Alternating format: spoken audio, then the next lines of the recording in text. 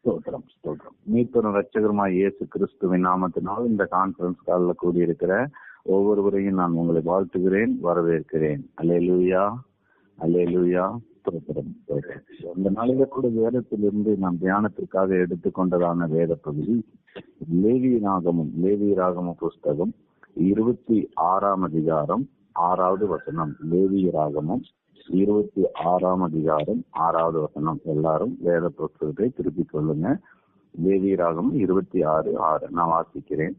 தேசத்தில் சமாதானம் கட்டளையிடுவேன், தத்தளிக்க பண்ணுவார் இல்லாமல் படுத்துக் கொள்வீர்கள். துஷ்ட மிருகங்களை தேசத்தில் இராதபடிக்கு ஒளிய பண்ணுவேன், பட்டயம் உங்கள் தேசத்தில் உலாவுவது இல்லை. இந்த வசனத்துக்கு மேல் கை வைத்துக் கொள்ளுங்க. நம்ம செபிப்போம். நல்ல பிதாவே, உமக்கு நன்றி செலுத்தா. இந்த வார்த்தையை கொண்டு நீங்க பேசுங்க ஆண்டவரே. எங்க தேசத்துக்கு சமாதானத்தை கட்டளையிடுவேன் என்று சொன்னீர் ஆண்டவரே. இந்த வார்த்தையை கொண்டு நீங்க பேசுங்கப்பா. உங்களுடைய கருத்தில் ஒப்புக் கொடுக்கிற மனுஷ சத்தத்தை அல்ல ஆண்டவரே. எங்க தேசத்தில் நடந்து கொண்டு இருக்கிற காரியத்தை குறித்து நீங்க எங்களோட பேச விரும்புகிறீங்க. நீங்க பேச விரும்புகிறத நாங்க கேட்கிற ராஜா. நீங்க பேசுங்க, நாங்க கேட்கிறோம். இயேசுவின் நாமத்தில் ஜெபிக்கிறோம் நல்ல பிதாவே. ஆமென் ஆமென் ஆமென். மீண்டுமாக வசனத்தை நான் வாசிக்கிறேன். தேசத்தில் சமாதானத்தை கட்டளையிடுவேன், தத்தளிக்க பண்ணுவார் இல்லாமல் படுத்துக் கொள்வீர்கள். தத்தளிக்க பண்ணுவார் இல்லாமல் படுத்துக் கொள்வீர்கள். துஷ்ட மிருகங்களை தேசத்தில் இராதபடிக்கு ஒளிய பண்ணுவேன், பட்டயம் உங்கள் தேசத்தில் உலாவுவது இல்லை. தேசத்தை சமாதானத்தை கட்டளையிடுவேன் என்று சொல்லுகிறார் ஆண்டவர். தேசத்தில் என்ன நடந்து கொண்டிருக்கிறது பாருங்க. இந்தியாவுக்கும் பாகிஸ்தானுக்கும் சண்டை, போர் ஆரம்பித்து விட்டது. தேசமே தத்தளித்து போயிருக்கிறதான ஒரு சூழ்நிலை காணப்படுகிறது.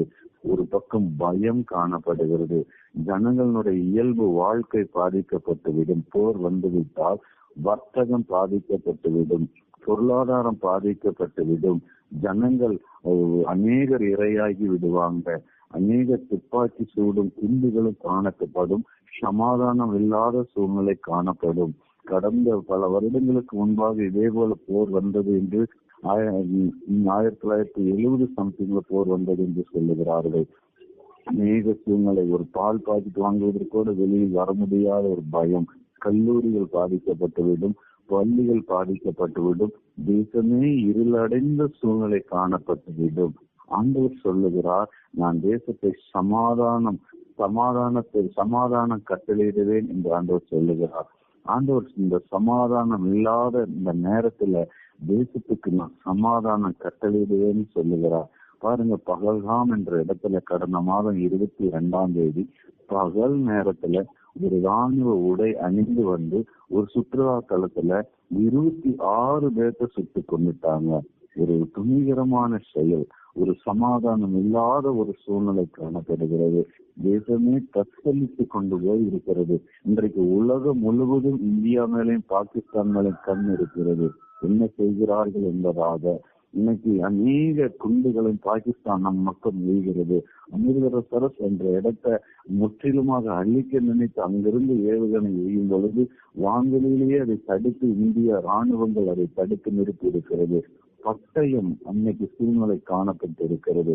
இந்த சூழ்நிலையில ஆண்டவர் சொல்லுகிறார், தேசத்தை சமாதானம் கட்டளையிடுவேன், தேசத்துல நான் சமாதானம் கட்டளையிடுவேன் என்று சொல்லுகிறார். தேசத்தில் எப்படி சமாதானம் கட்டளையிடுவேன் என்றால், அதுக்கு ஆண்டவர் கீழுள்ள வசனம், அதே அதிகாரத்துல கீழுள்ள வசனங்களை பாருங்க. ஜெபம் பண்ணும் பொழுது 8வது வசனம், உங்கள் 5 பேர் 100 பேரை துரத்துவார்கள், உங்கள் 100 பேர் 10,000 பேரை துரத்துவார்கள், உங்கள் சத்துருக்கள் உங்களுக்கு முன்பாக பட்டயத்தால் எழுவார்கள். எனக்கு அன்பானவர்களே, ஆண்டவர் சொல்லுகிறார், தேசத்தில் சமாதானம் கட்டளையிடுவேன் என்று சொல்லி 5 பேர் நம்ம கூடி செபிக்கும் பொழுது 100 பேரை துரத்தக்கூடிய அளவுக்கு வல்லமையுடையதாய் காணப்படும். இந்த நேரத்தில் நாம் அமைதியா இருக்கக்கூடிய காலம் அல்ல. தேசத்துக்காக செபிக்க வேண்டிய, தேசத்துக்காக முழங்காலில் நிற்க வேண்டிய காலமாய் இருக்கிறது. 100 பேர் ஒரு சபை என்றால் 100 பேர் முழங்கால் நின்று தேசத்துக்காக ஜெபிக்க கூடியதான காரியம். தேசத்துல பட்டயம் உலாவுகிற நேரமா இருக்கிறது.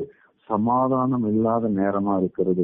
துஷ்ட மிருகங்கள் தேசத்தில் உலாவக்கூடிய காரியங்கள் நடந்து கொண்டிருக்கிறது. இந்த நாளில நம்ம 5 பேர் ஒன்று கூடி நம்ம செபிக்கிற ஸ்தலமாக மாறணும். தேசமே இன்னைக்கு கிறிஸ்தவர்கள் எல்லாம் நம்ம செபிக்கிற தேசத்துக்காக செபிக்கிறவர்களாய் நாம் மாறும் பொழுது ஆண்டவர் சொல்லுகிறார், 5 பேர் 100 பேரை துரத்துவீர்கள், 100 பேர் 10,000 பேரை துரத்துவீர்கள், நான் தேசத்துல சமாதானம் கட்டளையிடுவேன். ஜெபத்தினால மாத்திரம்தான் இது சமாதானத்தை நாம் உண்டாக்க முடியும். தேசத்தை அழிவு வராதபடி நம் ஜெபத்தினால மாத்திரம்தான் இது சமாதானத்தை ஆண்டவர் கொண்டு வர முடியும். எஸ்தர் புஸ்தகத்துல எஸ்தர்ல நாம் வாசிக்கிறோம், யூத ஜனங்களையே அழிக்கும்படி உத்தரவு வந்துவிட்டது. யார்? ஆமான் என்ற ஒரு சத்ரு எழுந்து விட்டான், கையெழுத்து வாங்கிவிட்டான். அந்த கையெழுத்து யூத ஜனங்களை அழிக்கும்படி நாளும் குறிக்கப்பட்டு விட்டது, மாதம் குறிக்கப்பட்டு விட்டது. என்ன நடந்தது? எஸ்தருடைய தாதிமார்களும் மொர்தெகாயும் 3 நாள் உபவாசம் இருந்து செபித்த பொழுது இந்த காரியம் மாறுதலாய் முடிந்தது. யூத ஜனங்கள் அழிக்காதபடிக்கு ஒரு எஸ்தருடைய தாதிமார்களும் உபவாசித்து செபித்தார்கள். அதனால் அந்த காரியம் மாறுதலாய் முடிந்து யூத ஜனங்கள் அழிக்காதபடிக்கு அந்த சட்டம் மாறுதலாய் முடிந்து காரியம் மாறுதலாய் ஆண்டவர் மாற்றி கொடுத்தார்.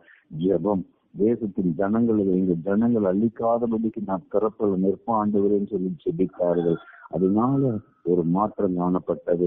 ஆண்டவர் சொல்லுகிறார், 5 பேரை 100 பேரை துரத்துவீர்கள். நீங்கள் ஒன்று கூடி செபிக்கும் பொழுது உங்கள் தேசத்தில் பட்டயம் உலாவுவதில்லை என்று ஆண்டவர் சொல்லுகிறார். துஷ்ட மிருகங்களை நான் துரத்துவேன்னு சொல்லுகிறார். நான் அப்பொழுது நான் தேசத்தில் சமாதானம் கட்டளையிடுவேன். நாம் செபிக்கக்கூடிய காலம் இது.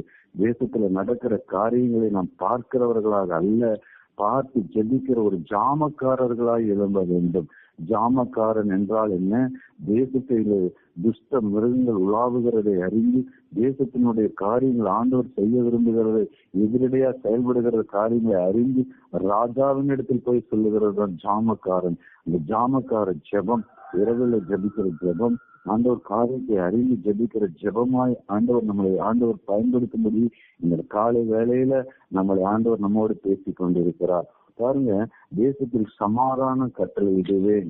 நம்ம சமாதான கட்டளையிடுகிறவராய் இருக்கிறார். அவர் சமாதானத்தின் தேவன், அவர் சமாதானத்தை கட்டளையிடுகிற தேவனும் இருக்கிறார். ஆனாலும் பட்டயம், ஒரு பக்கம் பட்டயம் உலாவிக் கொண்டிருக்கிறது, துஷ்ட மிருகங்கள் உலாவிக் கொண்டிருக்கிறது.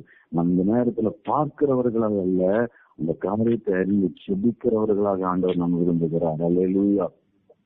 யாத்ராகம புஸ்தகத்துல 32ஆம் அதிகாரம் 10 to 14 வரையும் வாசிச்சீங்கன்னா, மோசே சீனாய் மலைக்கு சென்றிருந்தார். இந்த 10 கட்டளைகள் வாங்கி கொண்டு வருவதற்காக ஆண்டவரோட பேசி, அதற்குள்ளாக இந்த ஆரோன் கன்று குட்டிகள் எல்லாம் காலதாமதம், மோசே கீழே வருவது காலதாமதம் ஆயிடுச்சுன்னு சொல்லி கன்று குட்டிகளை வாசித்து அதுதான் உங்களை வழிநடத்தி வந்த தெய்வம்னு சொல்லி சொன்னார்.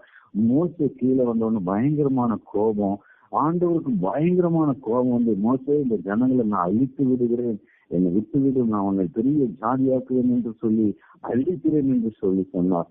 மோசே முழங்கால் படிக்கிட்டு, ஆண்டவரே வேண்டாம் ஆண்டவரே, நீங்கள் வாக்கு பண்ணின பிள்ளைகள் கானான் தேசத்துல கொண்டு போய் விடுவேன்னு சொல்லி ஆபிரகாமின் தேவன், ஈசாக்கின் தேவன், யாக்கோபின் தேவன் என்று சொல்லி ஆண்டவரே உங்களுக்கு வாக்கு கொடுத்தீங்களப்பா, வேண்டாம் ஆண்டவரேன்னு சொல்லி மன்றாடுகிறார். மன்றாடும் பொழுது அந்த இடத்துல அவர் பரிதாபம் கொண்டு தான் செய்ய நினைத்த தீங்கில் இருந்து செய்யாதபடிக்கு மனஸ்தாபப்படுகிறார். எனக்கு அன்பான விரைவிலே ஆண்டவர் இந்த நேரத்துல நாம செபிக்கிற பிள்ளைகளாக இருக்க வேண்டும் என்று விரும்புகிறார். நாம செபிக்கும் பொழுது அவர் மனதுறுகிறார். தேசத்தில் பட்டயம் உலாவுவதில்லை. 2 பேர் கூடியிருந்தாலும் அந்த இடத்துல ஆண்டவர் ஜெபம் கேட்பார். 5 பேர் கூடியிருந்தாலும் ஆண்டவர் செபி கேட்பார். ஒரு 1000 பேர் சபை இருந்தாலும் 100 பேர் கூடியிருந்து செபிக்கும் பொழுது ஆண்டவர் தேசத்துல ஒரு மாற்றத்தை கொண்டு வருவார். என்ன நடந்து கொண்டு இருக்கிறது பாருங்க, தேசத்தை பாருங்க. இந்த ஒவ்வொரு நாளும் போர் பதற்றம், அதிகாரிகள் எல்லா ராணுவர்கள் எத்தனை பேர் பலியா இருக்கிறாங்க, எத்தனை சூழ்நிலை தேசத்துல இதுபோல ஒரு நம்ம தேசத்துக்குள்ளேயே பட்டயம் வந்து விட்டது பாருங்க. நம்ம எங்கெங்கேயோ கேட்டோம், ரஷ்யா உக்ரைன் கேட்டோம், இஸ்ரேல் காசான்னு கேட்டோம். இப்பொழுது நம்ம தேசத்திலேயே பட்டயம் காணப்படுகிறது, போர் காணப்படுகிறது, யுத்தம் காணப்படுகிறது. என்ன நடக்கும் என்று தெரியவில்லை. சமாதானம் இல்லாத சூழ்நிலை இன்றைக்கு தேசத்தில். அதிபர்கள் சமாதானம் இல்லாத சூழ்நிலை, தேசத்தினுடைய தலைவர்கள் சமாதானம் இல்லாமல் இருக்கிறார்கள். நாம் என்ன செய்ய வேண்டும்? கிறிஸ்தவர்களாகி நாம செபிக்க வேண்டும். இயேசுவே தேசத்துக்காக நான் இருப்பேன்ப்பா, தேசத்துக்காக நான் செபிக்கிற ஆண்டவரேன்னு சொல்லி நாம் தேசத்துக்காக செபிக்க வேண்டும். தானியேல பாருங்க, அவர் எருசலேமில் பிறந்தவர். அவர்கள் பாருங்க பாபிலோன் தேசத்துக்கு சிறையாக கொண்டு போய் விட்டார்கள். வாலிப மகனாக இருக்கும்போது அங்க சென்று எருசலேம் தேசத்தை நோக்கி ஜெபம் பண்ணினார். ஒவ்வொரு நாளும் ஜெபம் பண்ணினார். அந்த தேசத்தை பார்த்து ஜெபம் பண்ணினார். சத்தம் பிறந்தது, ஜெபிக்க கூடாதுன்னு சொல்லி சத்தம் பிறந்தது. நீ ஜெபிக்கா சிங்கத்தில் தூக்கி போடுவீன்னு சொல்லி சத்தம் பிறந்தது. ஆனாலும் அவர் ஜெபத்தை விடல. இந்த தேசத்துக்காக ஜெபித்து கொண்டே இருந்தார். ஒரு நாள் வந்தது, அதே போலவே கோரேஸ் ராஜா என்ற ஒரு ராஜா எழும்பி அவர்கள் மறுபடியும் அந்த தேசத்துக்கு அனுப்பினார். அந்த சிறையிருப்பு மாறினது. தேசத்துக்காக ஜெபிக்கும் பொழுது ஒரு மாற்றம் வரும். ஜனமே, தேசத்துக்கு சமாதானம் வேண்டும் அல்லவா? தேசத்தினுடைய குடிகள் சமாதானமாக இருக்கணும் அல்லவா? தேசத்தினுடைய பிரஜைகள் சமாதானமாக இருக்கணும் அல்லவா? நம்ம சுற்றில இருக்கு நம்ம இந்திய தேசத்தை பாதுகாக்கிற இராணுவர்கள் அவர்கள் பாதுகாப்பாக இருக்கணும் அல்லவா? எத்தனை இராணுவர்கள் இன்றைக்கு உயிர் போராடுகிற அளவுக்கு இன்னைக்கு துணிச்சலாக நம்ம தேசத்தை பாதுகாத்து கொண்டிருக்கிறாங்க. அவர்களுக்காக அவங்க குடும்பங்களுக்காக ஜெபிக்கணும் அல்லவா? சபைகள் பாழாகாதபடி இன்னைக்கு ஜெபிக்கணும் அல்லவா? இன்னைக்கு இந்திய தேசத்தில் உள்ள எல்லை பகுதியில் இருக்கிற ஒவ்வொரு குடும்பம் பாதுகாக்கணும் அல்லவா? நாம ஜெபிக்க வேண்டிய நேரம் இது. 5 பேர் நீங்க பிரிச்சா 100 சத்துருக்களை துரத்துவீர்கள் என்று ஆண்டவர் சொல்லுகிறார். 100 பேர் பிரிச்சா 10,000 பேரை துரத்துவீர்கள். இந்த தேசத்தை உங்க கையில தான் கொடுத்திருக்கு. நீங்க ஜெபிக்கும் பொழுது நான் சமாதானத்தை கட்டளையிடுவேன்னு சொல்லுகிறார். அல்லேலூயா. 7வது வசனத்துல பாருங்க, உங்க சத்துருக்களை துரத்துவீர்கள், அவர்கள் உங்கள் முன்பாக பட்டயத்தால் விழுவார்கள். அல்லேலூயா. நாம் ஜெபிக்கும் பொழுது சத்துருக்கள் பட்டயத்தால விழுவார்கள். அல்லேலூயா.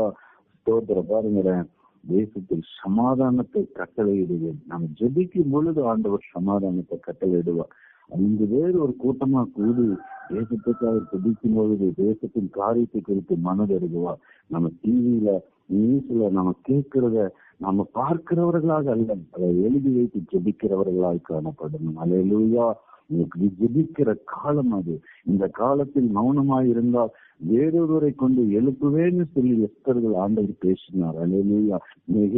நெகேமியா பாருங்களேன், அலங்கம் இடிக்கப்பட்டு விட்டது. எருசலேம் அலங்கம் அவர் பாபிலோன் தேசத்தில் இருக்கிறார். அந்த செய்தியை கேள்விப்பட்ட உடனே அந்த வார்த்தையை கேள்விப்பட்ட உடனே துக்கப்பட்டார், அழுதார், மன்றாடினார், உபவாசம் இருந்தார். அந்த காரியம் மறுபடியும் அலங்கம் கட்டப்படணும் சொல்லி ஜெபம் பண்ணினார். ராஜாவிட்ட உத்தரவு வாங்கினார், வந்தார், ஜெபம் பண்ணார். அலங்கத்தை கட்டி முடித்தார். ஒரு பாரம், தேசத்தை குறித்த ஒரு பாரம் காணப்பட்டது. எனக்கு அன்பானவர்களே, இந்த காணாலில நடந்து கொண்டு இருக்கிற காரியத்தை பாருங்க. தேசத்துல போர் நடந்து கொண்டு இருக்கிறது, யுத்தம் நடந்து கொண்டு இருக்கிறது, என்ன நடக்கும் என்று தெரியல. ஆனாலும் நம்ம தேசத்தை பாதுகாக்கும் ஆண்டவர் அண்டை நாடான பாகிஸ்தானையும் பாதுகாக்கணும். அவர்களுக்கு சமாதானத்தை கண்டடையும். நம்ம நாட்டில் இன்றைக்கு ராணுவ வல்லமை காணப்படுகிறது. பாகிஸ்தான் பயந்து இருக்கிறாங்க, பயப்படுறாங்க. அந்த அளவுக்கு ஆண்டவர் நம்ம தேசத்தை பாதுகாத்து கொண்டு வருகிறார். அவர் ஒரு நேசிக்கிற தேசம். நம்ம தேசத்திலிருந்து ஒரு எழுத்துக்களை கொண்டு வருவார். தோமாவை அனுப்பினார். அதனாலதான் அல்லேலூயா. ஞாபகத்துல இருந்தது நாளில தேசத்துக்கு சமாதானத்தை கட்டளையிடுவேன்னு கத்த சொல்லுகிறதான காரணம், நீங்க 5 பேர் 100 பேரை துரத்துவீங்க, 100 பேர் 16,000 பேரை துரத்துவீங்கன்னு சொல்லி அந்த ஜெபத்து நிமித்தமா சமாதானத்தை கட்டளையிடுவேன்.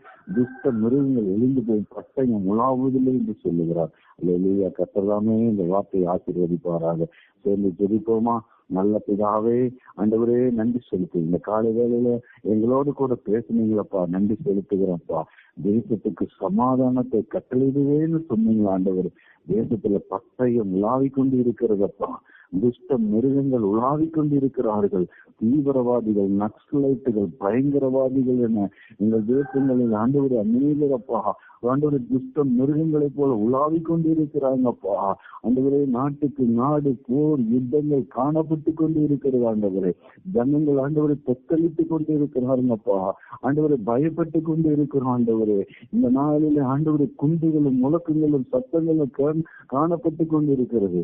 இப்படிப்பட்ட சூழ்நிலையில் ஆண்டவரை எங்களோடு நீங்க பேசினீங்கன்னா வார்த்தை, நீங்க ஜெபம் பண்ணும் பொழுது 5 பேருக்கு சேர்ந்து ஜெபிக்கும் பொழுது, 100 பேர் சேர்ந்து ஜெபிக்கும் பொழுது ஒரு குழுவாக, ஒரு கூட்டமாக, நீங்க சபையாக சேர்ந்து ஜெபிக்கும் பொழுது உங்க தேசத்துக்கு நான் சமாதானத்தை கட்டளையிடுவேன்னு சொன்னீங்களே ஆண்டவரே.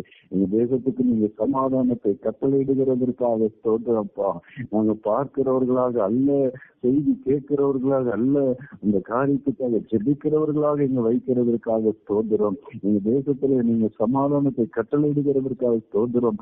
துஷ்ட மிருகங்கள் எல்லாம் விழுந்து போகிறதற்காக ஸ்தோத்திரம்.